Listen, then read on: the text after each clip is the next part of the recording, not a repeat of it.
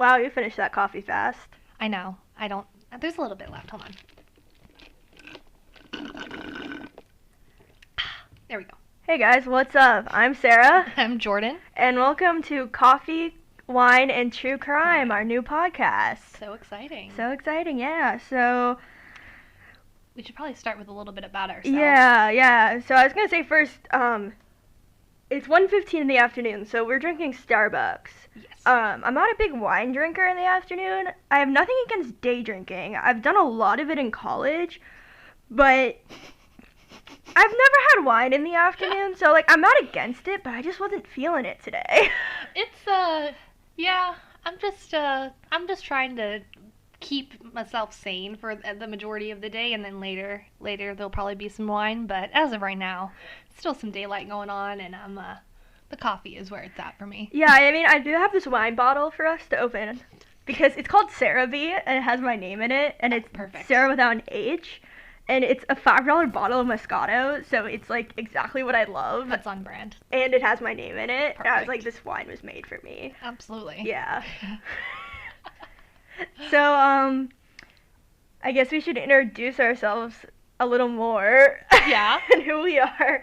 So, just like every other 20-somethings coming out of college who think we're somewhat funny and like true crime, we decided to start a podcast. Because what else can you do during quarantine? Exactly. Post-graduation of college.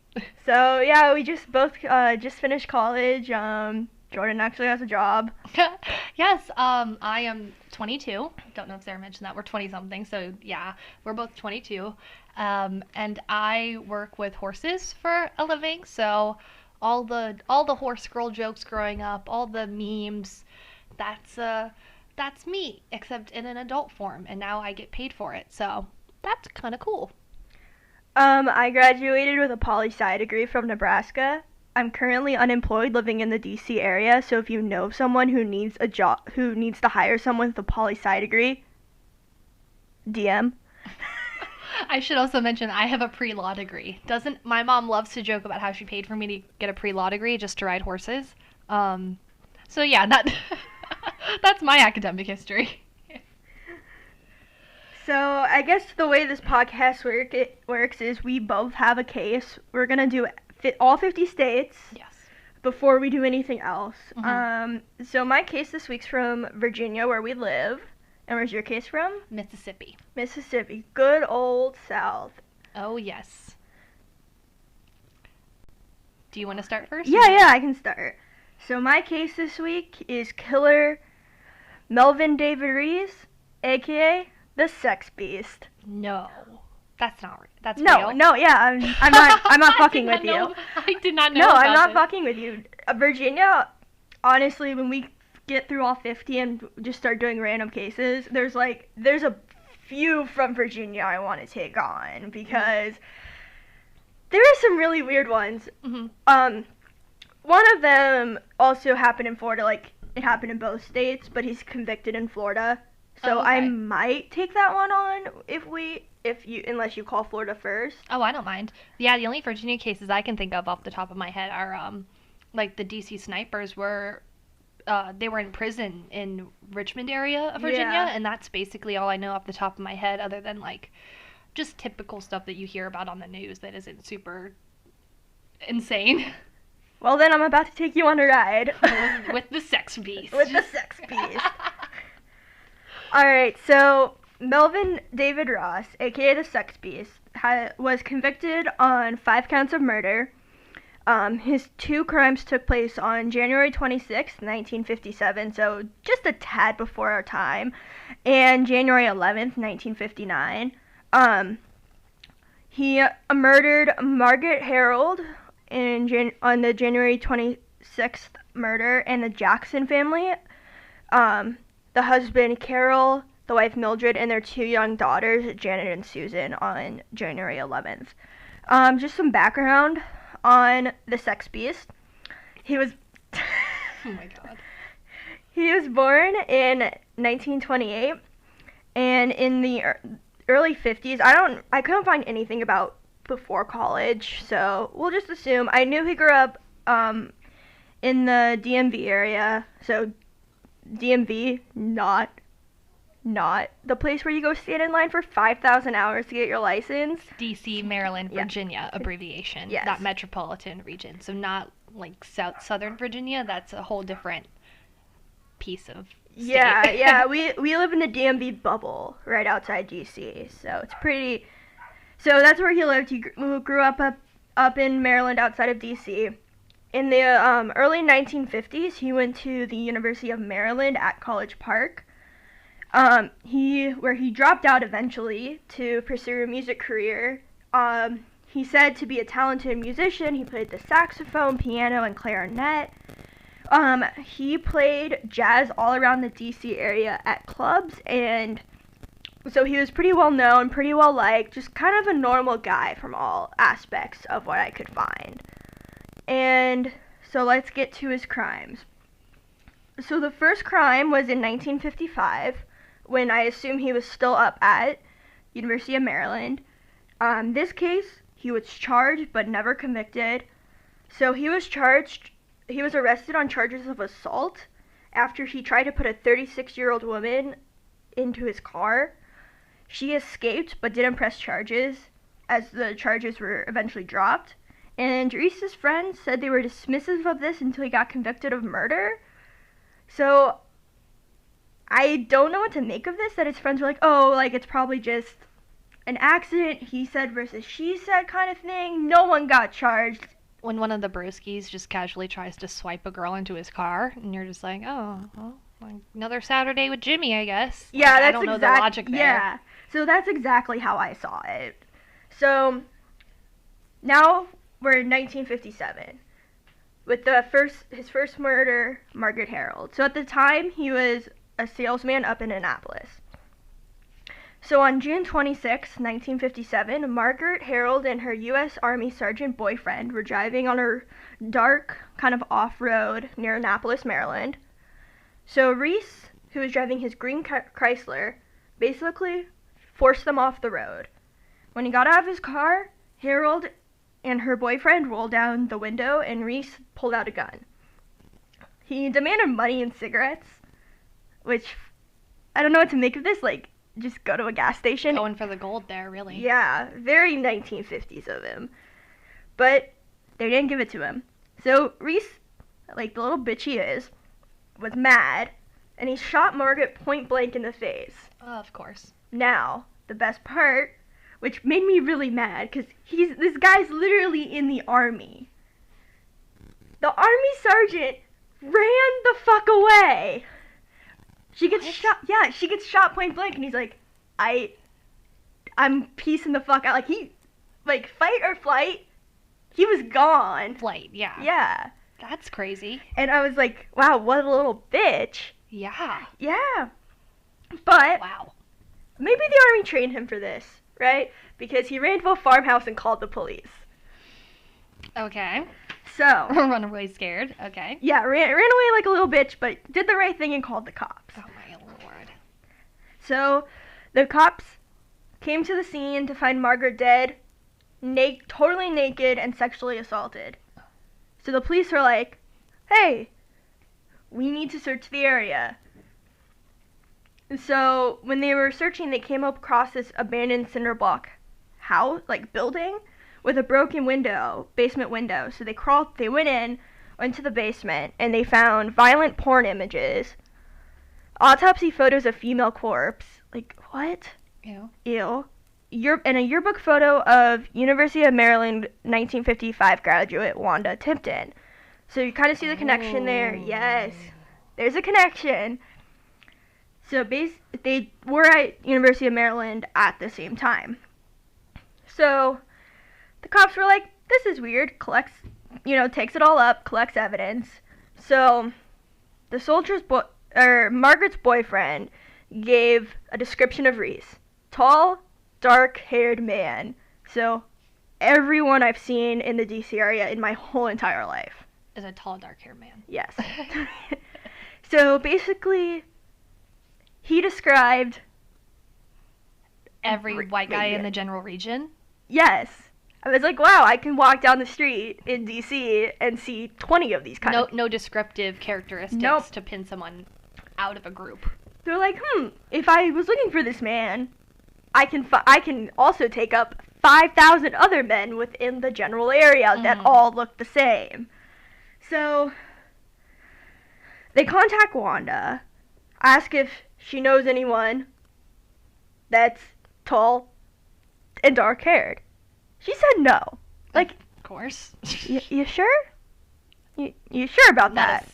Not a single person. Not a single person, So, just like that, because, it's 1957, there's no forensic science. Like, literally the structure of DNA was discovered 5 years earlier. So, the cops really don't have anything. So, it went cold. Were they still able... This is about to get graphic. Sorry, children.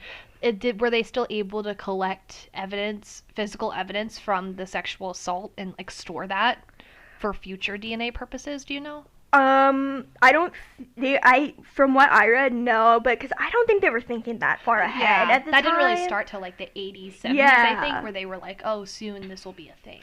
Yeah, so I didn't think, just curious. Yeah, so I don't even think DNA was on cops' minds. Really, forensic science really wasn't there. So, flash forward 2 years later. On January 11th, 1959, Rees murdered the Jackson family. Carol Jackson, the husband, 29, Mildred Jackson, 27, and their 2 daughters, Susan, 4, and Janet, 18 months. 18 months old. 18 months. Oh. Yeah. It gets worse. Of course it does. So this family, they're an upstanding church-going family, no enemies. Basically your traditional Southern 1950s family. Good people, essentially. So they were driving down in Spotsylvania County near Fredericksburg, which is approximately 53 miles south of D.C., visiting family. So Rees, same MO, drove them off the road. Came out with the gun, ordered them out of the car, tied them up, and put them into the trunk of his Chevy. So luckily, well, I guess not so luckily, but it started the search for them faster. A relative of Jackson's, who was driving home from the same family they were visiting, saw their car later in the day on the side of the road and called the police. Basically, the police went to the scene, found no struggle, and the whole family missing. So, 2 months, basically from them, for 2 months, they couldn't find the family, no leads, nothing. So 2 months later, on March 4th, 2 men found Carol Jackson's body in a ditch near Fredericksburg. He was shot in the back of the head. His hands were tied behind his back, and when they removed his body from the ditch, they found baby Janet under him. Ugh. So horrible. Yes, so horrible. So when they did the autopsy, they found out that Janet was alive when thrown in, but she suffocated under her dead father's weight when he was thrown in. So, just terrible. Like, I can't even fathom. Like, what makes someone do that? Kill anybody, especially an 18-month-old. Yeah. There's clearly no vendetta at that point. At that point, that's where you start to head into the mental disorders of, like, antisocial personality disorder, sociopathy, psychopathy, narcissism. That's where you start to get when that, in my opinion, when that. Well, yeah, you're onto something. We'll talk a little about that later. So, a few weeks later, on March 21st, Mildred and Susan were found. I believe, kind of same thing. Some men hiking found them under some brush. So both of them showed signs of torture and sexual assault, and those happened when they were alive, before they were killed. So, really sad stuff. Now you have 2 murders across the island. You have one in Maryland and one in Virginia. So, now starts the manhunt. So a local couple called the cops, and they said they had a scary experience with a man who was tall, dark hair, same description that Margaret's boyfriend gave the cops 2 years earlier. they had the same experience with him a few hours earlier in the afternoon. He forced them off the road, but Rees got scared and fled. So when the cops later came out and searched the area, of the dump site, they found an abandoned cinder block building almost exactly like the first one. Mm-hmm. I couldn't find anything of this, so he either, before he does it, he either searches to have the dump site or the murder site near a building like this, because there's no way he built it, so he must be looking. There's some connection to those types of buildings for him. Yeah, exactly. There's some kind of connection that he uses them. Mm. So they went in, they found a button from Mildred's dress and tire marks. So this is when they start connecting the two cases. Mm-hmm. Cinder block buildings, use of the building, and the description of the man. Mm-hmm. And the same style of the crime. Yeah, same style. Even though the description of the man is so vague. Is so vague. How big that is. I don't even know how. I don't even know. Like, they're just like, So anything else? No, he's just tall and dark haired. Oh, okay. Not even like an eye color or like not everyone has tattoos, but you gotta be able to describe someone more than that. Like, do they have a big nose, a small nose? Like, imagine a sketch drawer doing that. Tall, dark haired. Yeah. Yeah, exactly. Like, I shouldn't be laughing, but yeah, it's a very vague description. So they saw their similarities, but they still had no idea, basically. They had a few suspects, but were basically at a dead end. Mm-hmm. So this is my favorite part because I think it very much speaks to the times of we have no leads, but we need something. Mm-hmm. We don't have any really forensic science. There's no forensic evidence we can actually use. Mm-hmm. So? Because now they're walking the line, from what I'm gathering, they're walking the line of going toward a cold case at this point. Exactly. And the Margaret Harrell case at this point is a cold case. Yeah. So, they use the psychic. They use a psychic? Yeah. Oh, wow. Is it one of the ones where it works? Well, I guess we'll find out. Yeah, we'll find out. Yeah. Interesting. I don't, honestly, on a side note, I don't know how I feel about all that. I definitely think that, like, in certain situations, it has worked and it can be beneficial. But I would approach it from a skeptical perspective, personally. Yeah, like, I'm a full believer in the paranormal. Yes. I love that kind of stuff. I believe there are people who are more sensitive, I guess, the wording to the other side. Yes. But sometimes it's hard to tell when someone's authentic or not, so. Yeah, it's hard to tell if someone's authentic or they're just bullshitting you and they looked you up beforehand, read everything, just to have that background knowledge and then just throw some random crap in too. Yeah, to make money off of you. So, the psychic was Peter Herkos of Falls Church, of Northern Virginia, so basically where we are. We're kind of triangulating where we live, but Northern Virginia is so huge that you'll never find us. Oh my god. So, he went to the gravesite of the Jacksons in Falls Church, which is probably about 10 miles outside of D.C., and he allegedly used his powers to accurately describe the murders and the positions which the bodies were found. My next note says, newspapers? Media? Yeah, media. Like, I couldn't find anything. I looked for newspapers at that time. Couldn't find anything about, like, if there was, like, details about the position of the bodies and how the bodies are found and everything. But for me, that just seems like, you would read that in the media today. Yeah, for sure. So it's nothing new that was brought to the table. Yeah, and using my 2.5 years in the journalism school,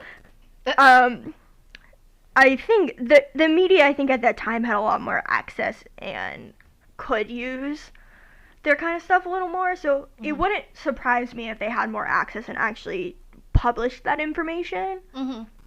So, there's that. He could have used his psychic powers, or he could have just read the Washington Post.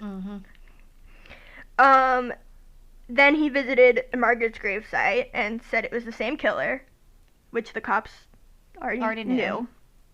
So he led the cops to one of their suspects who they already had on their radar, a trash collector from Fairfax, Virginia, who confessed. But, it's the 50s. It's before Miranda rights, before... Yeah. Legal precedent that protected people. Exactly. So, we don't know what measures were taken to make him confess. Okay. But it wasn't the actual guy. No, it was somebody else. It was someone else. So, basically, at this point, cops are like, case closed, we got our killer, right? Yeah. So, the Fredericksburg police were down where the Jackson family was murdered, got an anonymous tip, who they later found out was Glenn Moser from Norfolk, Virginia. He sent a letter to the Fredericksburg authorities telling him to look into Melvin Rees. So apparently one night before, literally like the day before the Jackson murders, they were just chilling, talking about life or whatever. And Rees, who was under the influence of benzodrine, which I think is... Benzos. Hold on. We can look it up. Yeah, look it up real fast. What was it? Benzodrine.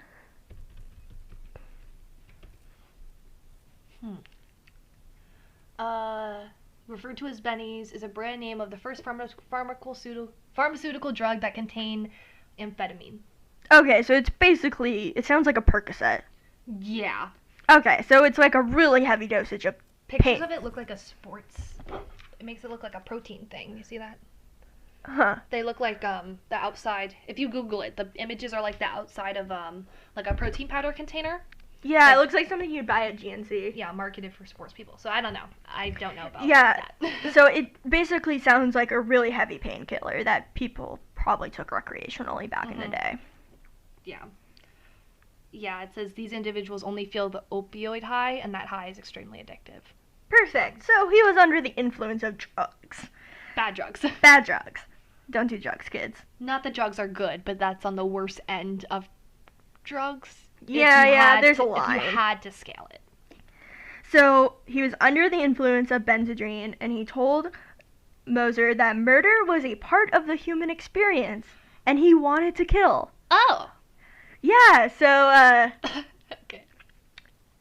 Basically, yeah. I mean, I just gotta take a second there, because what the human experience, there's so many things that you can do if you want to, expand your what you're comfortable with. Like try a new foreign food, go skydiving, be on an airplane for the first time, spend some time with your family, get a dog, get a cat, whatever. There's so many options out there for us as humans that saying that that was a part of the human experience. Yeah, I'm not buying it. Yeah, like when I want to expand my horizons and do something a little bit out of my comfort zone, I'm not like, you know what sounds fun? Murder. Yeah. And I've been on heavy painkillers. You remember, after I had surgery, I wasn't like, hey Jordan, let's go murder someone. No, it's not an excuse. I was like, hey Jordan, let's watch Pioneer Woman while I pass out halfway through and yell, fuck Pioneer Woman. Very true, that did happen. I am a witness. Yes. Circa 2015? Yeah, 2015. So authorities were like, and then the Jacksons were murdered either the next day or the day before or the day after. Okay. So then the authorities were like, maybe we have the wrong guy. Yeah, I think. So they looked into and tried to question Rees, but they found he left his home with no forwarding address. He looked at the jazz clubs that he's known to frequent. Totally, not in the D.C. area anymore. Mm-hmm. So... Is this... Sorry to jump in. Is this Maryland police investigating this or Virginia police? Fredericksburg. Okay. So, Virginia. Okay. And then, because later because the murders cross state lines and he's found in a totally different state, the FBI becomes involved. Okay. Because, so he He ends up going to federal prison. Spoiler. Ooh. So they looked into him, and they found out while he was at University of Maryland, he dated Wanda Tipton. Ah. So... Even though she claimed she had no prior history with a tall, dark-haired man. Exactly. So they were like... She was like, yeah, I guess I dated someone who was a tall, dark-haired man, so... along the names of Melvin Rees. Oh, sorry. Oh my gosh. Yeah. That kind of, like... Did she talk about her experience dating him? I Like, does she couldn't, no, remember? I think she was, I don't think she wanted any part of this. Mm-hmm. So, this is by the time it's early 1960s, I think at this point they know they have their guy, but they have no idea where he is. Yeah. So, another anonymous letter came in early 1960 saying Rees was working at a music shop in West Memphis, Arkansas. So, went down there, got arrested. So, they raided his parents' house up in Hyattsville, Maryland, right outside of D.C. They found the murder pistol there, and they found notes describing the Jackson murder. Let me read you one of the notes. The note read, his English is really bad. Drove to select area and killed husband and baby. Now the mother and daughter were all mine. Ew. Yeah, ew. And also, pretty damning evidence besides the murder pistol. Yeah. So, the pussy-ass army sergeant. That's literally what I wrote down, the pussy-ass army sergeant. Oh my gosh. ID'd him. So, he was, at this point, he's going, they have their case. Yeah. They have their guy, they have their case. He pleaded not guilty in both of them. So, he was tried twice. First trial was in Maryland in February 1961 for Margaret Harold. He was found guilty with life without parole. And his second trial was in Virginia in September 1961, so just a few months later. He was guilty. This is my favorite part, and hell yeah, jury. Took 45 minutes to convict him to death. Yes. Yes. Virginia knows what's up with the death penalty. Oh my gosh. That's funny. So, however, he was commuted to, this sentence was commuted to life in prison in 1972. Okay. Because he was sent to the Medical Center for Federal Prisoners in Springfield, Missouri, and he was declared insane. So, Okay. So under Virginia law, if a person is declared insane or mentally incapable, they can't be executed.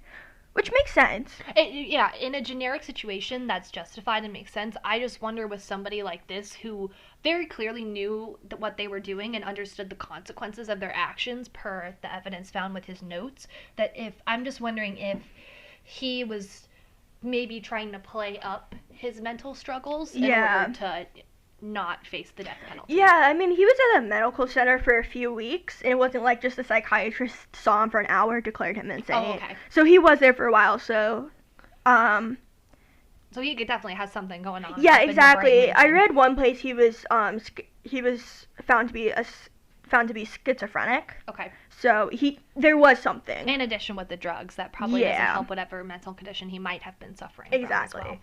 So while he was in jail, he claimed to also have killed 2 Maryland teenagers, Maryland Elizabeth Fellers and Shelby Venable, in 1956, and he dumped the bodies in Loudoun County, which is 50 miles. I would say 20, 25. Yeah, 20, 25 miles west of D.C., along the Potomac River. He was never convicted of these, so there's still, I mean, he claims, but I don't think they ever found evidence, or they never convicted him of this one too.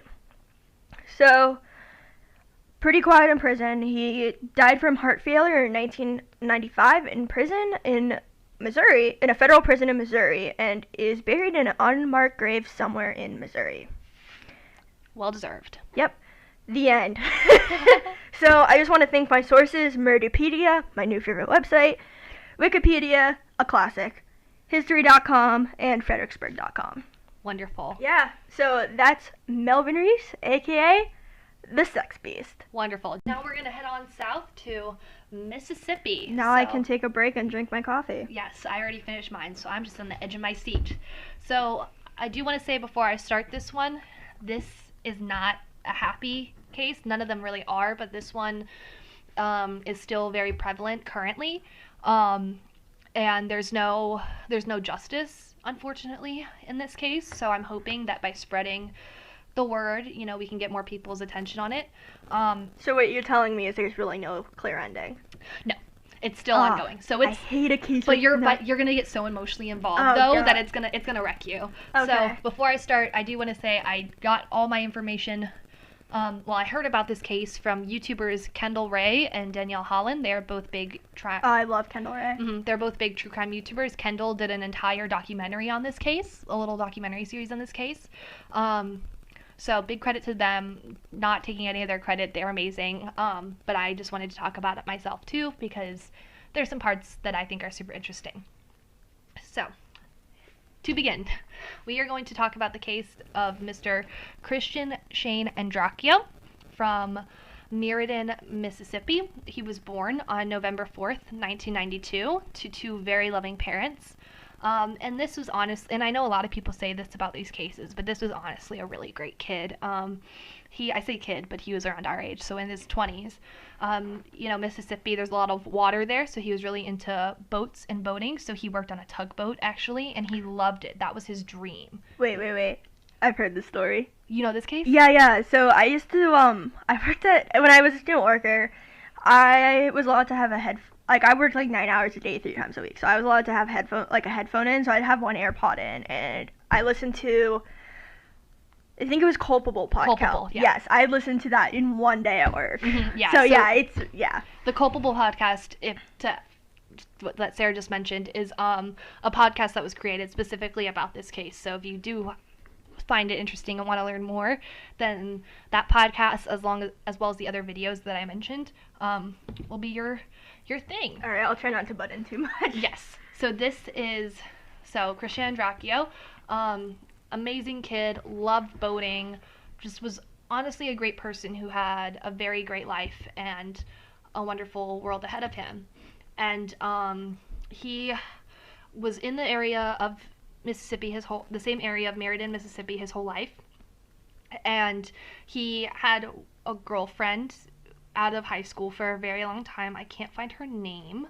But they were very in love and they cared about each other a lot. And then after they graduated high school, he started to work on his tugboat and she went off to college. And with tugboats, you're very not on the land, you're always on the boat. There's limited cell phone service. You only stop for short periods of time. So they were both away from each other. So it ended up not working out just because of the distance, but they still cared very much for each other. So then after that, Christian started dating a 17-year-old girl named Whitley Goodman. His ex-girlfriend's name was Avery Smith. Thank you. So his new girlfriend, it was a 17-year-old named Whitley Goodman. And she was described as, but by his family in the beginning, she's described as just a sweet, cute little girl. She was blonde, she was young, but then they learned further into the relationship that she had a very chaotic childhood. She did not come from a stable home environment. So there were some things that she was dealing with that ultimately affected Christian. Just one example that I can think of off the top of my head is at the Andreacchio's house, they had pictures of Avery and Christian because they had been together for so long and they'd ended things on good terms. And Whitley saw this picture and actually stabbed a hole into Avery's face on the picture. If I remember correctly, everyone thought Avery and Christian were going to get back together eventually. Yes, and that they belonged together and that it was just purely distance and nothing ugly. Seriously, the best kind of breakup situation you could ask for in a situation like that, even though it's still sad, right? Even though it's still sad. So then we get into... And his new girlfriend was a drug addict, if I remember correctly, right? Not super openly, but she definitely would drink and would use, I believe she used marijuana and then would also take Xanax. I think Xanax was the biggest thing with her. I don't know. I don't want to say she was an addict if she Okay, wasn't. so she used drugs. Yes, Okay. she recreationally used drugs, and she enjoyed having a good time. And also, that was, Christian would be gone, so because of his job, so she would stay in his apartment. I should go backwards. After the whole Whitley stabbing of the picture of Avery and like showing it to his parents, they kicked Whitley out of their house. So Christian and Whitley got their own apartment, and because he was gone on the tugboat all the time, she would just stay at home. She didn't work. She would drive his car, use his money to buy what she wanted, and she would hang out with whoever she wanted, including other boys, while her significant other was on a boat. Inherently, that doesn't sound bad, but the more we get into it, the sketchier it begins to look. So then we head to February 26, 2014. But I'll start with the day before. So at this point in the relationships, around February time, Christian was starting to question his relationship with Whitley. He was starting to feel like she was probably seeing other guys when he wasn't home, because she really wanted his constant attention and did his job. He wasn't able to give that to her, so he thought that she might have been seeking attention from other places, definitely out partying, taking Xanax, drinking a lot, and she's only at this point 17, 18, so it's not just a normal person of age drinking just at the end of the evening. Like, she was going hard. Yeah, and I think she was troubled. I think she was kicked out of her. She didn't have a good home life situation. So, and then was kicked out of Christian's parents' house, and that's why they moved into the apartment together. So then Christian is out on the tugboat around the time of, I'll say February 24th ish. And he gets a call from a friend named Dylan. And this friend of his says that Avery has taken his car, his BMW, and is driving it around and is seeing other guys and spending his money. And Christian eventually has a moment where he's like, okay, I can't do this anymore. This is it. So then he ends up communicating with his boss, getting off the boat, saying he has a family emergency to get off this boat, has Dylan come pick him up from the port where they met, and I'm going to try to find where exactly that is. It was a far drive, so they had to drive from one port all the way back to Meriden, Mississippi, where his apartment actually was. So he was picked up outside of New Orleans by Dylan, so he was in Louisiana area, and then drove all the way back to Meriden, Mississippi. So that's a decently long drive. And then he gets back home with Whitley, and they have some time together. And then on February 26th, 2014, his parents get a call from the police that say that Christian had passed away, and that the cause of death was that he committed suicide, which shocked everybody. That was not something characteristic of him. They did not believe at all that he would do that. He was a happy kid. He loved his life. He loved his job. And his family knew immediately that something was fishy. So yeah, I don't believe it was suicide 100%. And I will say, just to chime in, I know that the talk of suicide is a very intense topic. Having had some experience in that realm with people I know, and in my life, I know that sometimes people may have something like that happen to them and try to not maybe overlook certain factors in a person's life that could have contributed to it, in hopes of not accepting that reality that someone could have actually committed suicide. But in this case, that's not the case at all. It's very clearly not. Yeah, there was no indicators he was even depressed or anything. Yeah, exactly. But there was one thing in his life not going well at the time, and that was his relationship with Whitley. Not surprising. So his family gets the news. They're absolutely heartbroken. They're shocked. And then the police chief actually lives in that same apartment complex. Wait, go back. It was a gunshot wound, right? Yes. So they found, I'll get more into the specific crime scene, like what it all looked like as I go in, but just some before I get into that notes. So the police chief of the Meriden, police department lived in that apartment complex. And he was newly the chief, so it did not look good for him to have a crime happen in the building that he lives in. So that crime scene was opened for a total of 45 minutes. 45 minutes. I'm just going to let that sink in for a second. A horrible crime scene. Well, we'll get into the crime scene. I'll get into the crime, what it looked like in a second, but just keep that in mind. 45 minutes. You can't even clean up the blood and take a body away in 45 minutes. Oh, we'll get into that. Look at everything and to actually get the medical examiner and everything to determine. Oh, yes. So, yeah, definitely something a little fishy. Oh, yes. So, the state that Christian was actually found, they found him leaning over into the bathtub of the bathroom. So, his head was in the bathtub. His knees were on the outside, like facing the side of the tub. His front half was like in the tub, and his arms were by his side on the outside of the tub. And then they found the gun under his left leg, I believe. So he would have had to. Sarah was looking very confused. Yeah, he would have had to. A fake gun to my head. Yeah, he would have had to shoot himself, and then not let anything fall into the tub. So have a second to actually put it under your leg before passing away. If you shoot yourself in the head, you're gone. You're gone. Done. You're pretty much you're gone. So super inconsistent. There was a bullet hole near like the sink region of the bathroom, which wasn't even near where it would have gone had where his body been placed been what actually happened to him. So very inconsistent.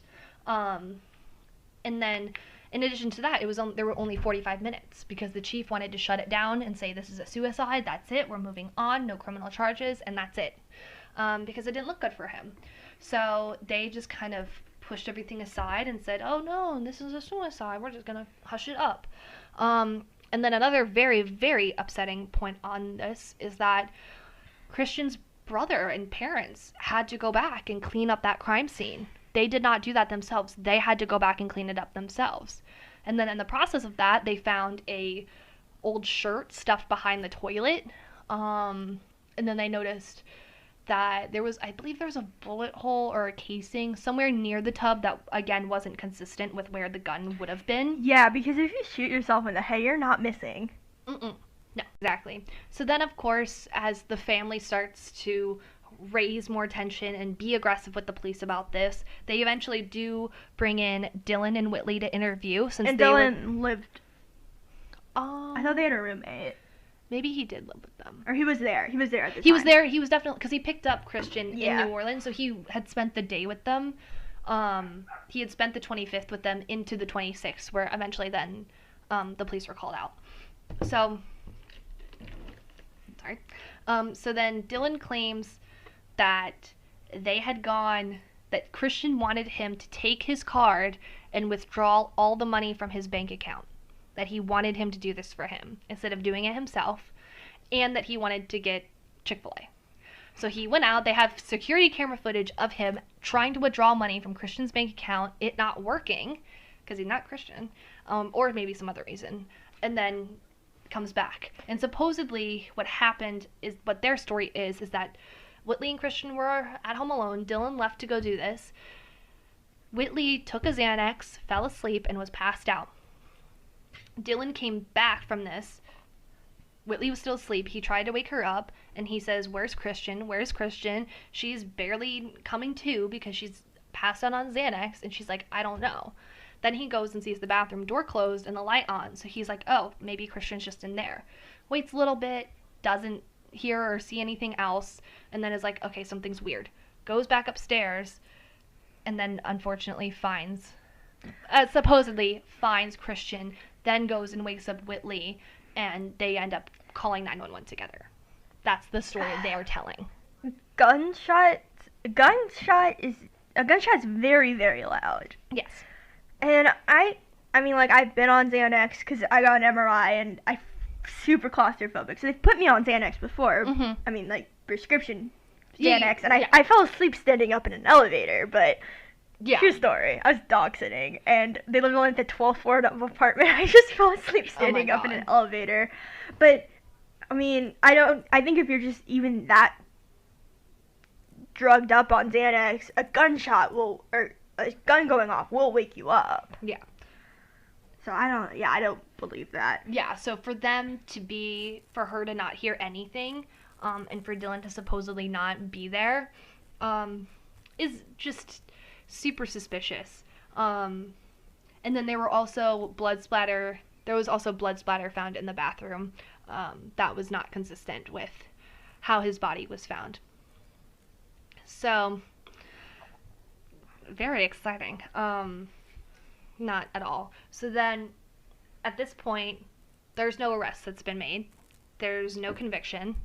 Nobody is doing anything. Technically, this case is closed because the police department has deemed it to be a suicide, and that's the end of that from their perspective.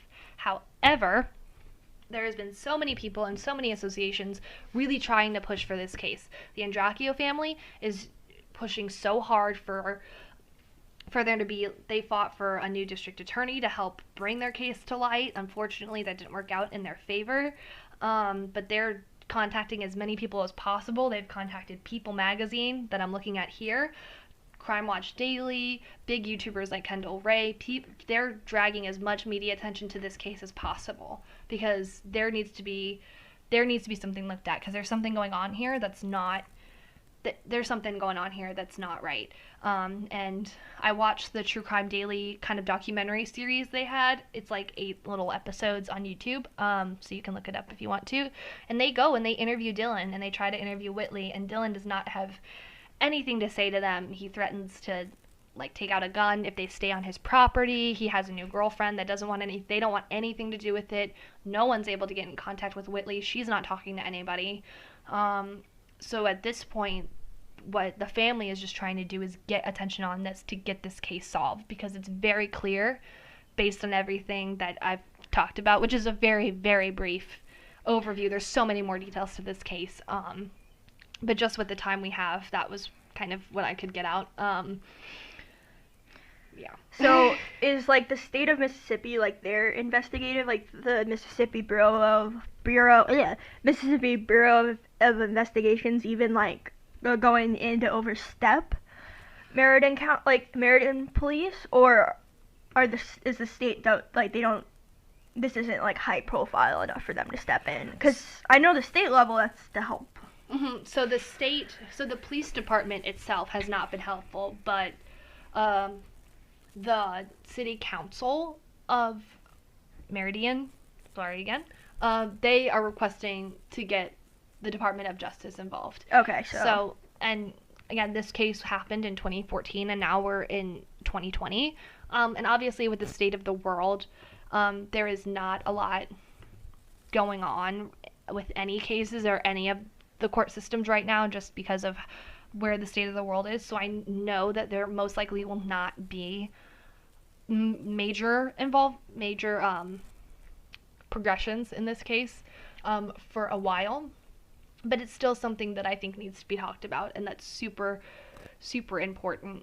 And the family has a change.org petition to get the Department of Justice to look into this case.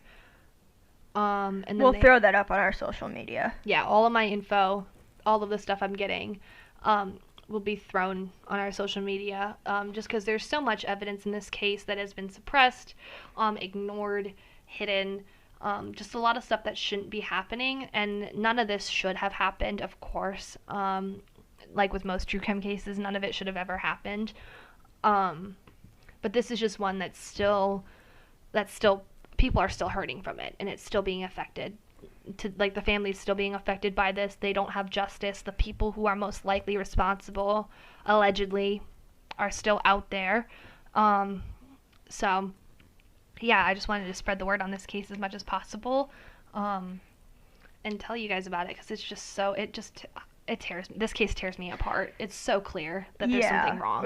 They definitely need to get a second set of eyes on this, probably either from the state level or the federal level, because it's very clear that Meriden police screwed up on this. Absolutely. And they need to be held, whoever they screwed up, they need to be held responsible. The people who allegedly killed him need to be held responsible. It's just such a sad case, and like I said, you gotta go listen to Culpable. I'm not an emotional person at all, but I was trying not to cry at work. Oh yeah. So this I'm glad you did this case. This case actually like really affected me. Right? It really gets you in the emotions. Yeah, it got to me. And I've said it a few times, but I'm just going to emphasize that was like the briefest overview of that case possible. Any video I've watched has been like an hour long. So that was my like shortened version for you guys. So please definitely go look at all the links we'll have posted. Go sign the DOJ petition. I have already signed it. I'll sign it after this. So just keep an eye on this case. It's something that this family really deserves justice. This mom is working, and his dad too, but the family is just working so hard to make sure that this case is not forgotten and that Christian does get justice, because there needs to be some level of responsibility. And I know, going back to what you said earlier, Sarah, I know the family had their own forensic specialists come out and kind of analyze parts of the crime scene or evidence that they had.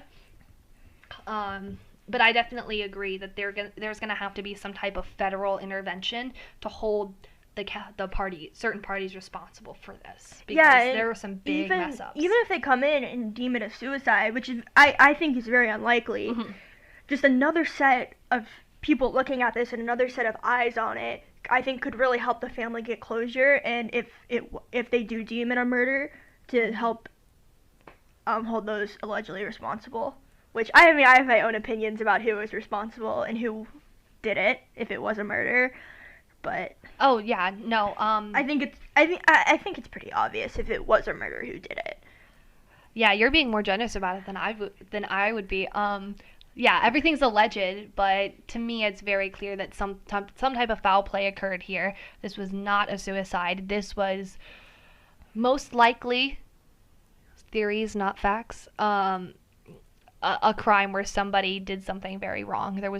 I think there was either some altercation, or someone knew that the relationship was heading south and wanted to take advantage of the situation to the best of their ability.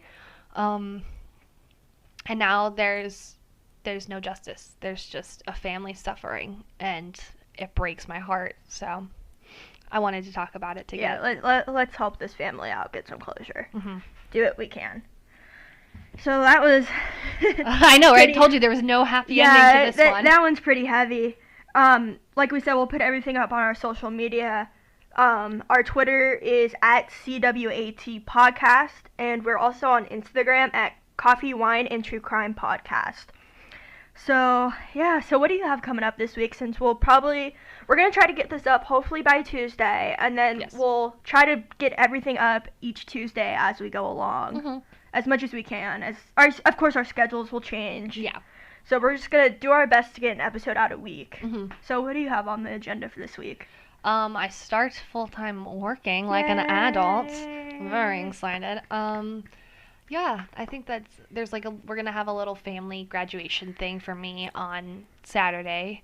Less than 10 people, of course, just some close friends and family. Super, like 5 people. Nothing, sketchy. Yeah, just working, spending time with Tucker, my horse, that I should have mentioned because, horse girl. Yeah, so just kind of adjusting to life post-college and figuring it out. What about you? Apply for more jobs.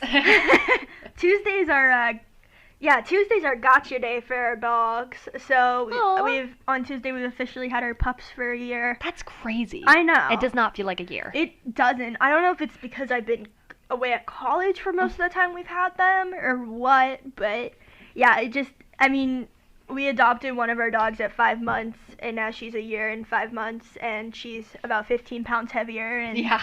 I remember when she was so little and everything, and now she's a giant, but she's the sweetest thing. She's not a monster whatsoever. Yeah, no, the most sweet. She'll do is jump on you. Yeah, they're so sweet. Also, before we go, I do have to give a shout out to all of my sources. I forgot to do that. First, Magnolia Sun, which is the Andreacchio family's website. So it's magnoliasun.com for those of you who want to go support the family. Also a Reddit thread, Unresolved Mysteries, where I got some information. True Crime Daily, People Magazine, and change.org for the petition. So we will have all those links up for you as well. Had to note that. Yeah, so thanks for listening, even if it's our 5 friends and our parents. Thank you to my friends. Yeah, thank you. But hopefully we'll gain some traction and some listeners outside of our friends And keep and trying our to do family. this. So, yeah, thank you all for listening. Thank you so much. We'll see you next week. Yep, we'll see you next week.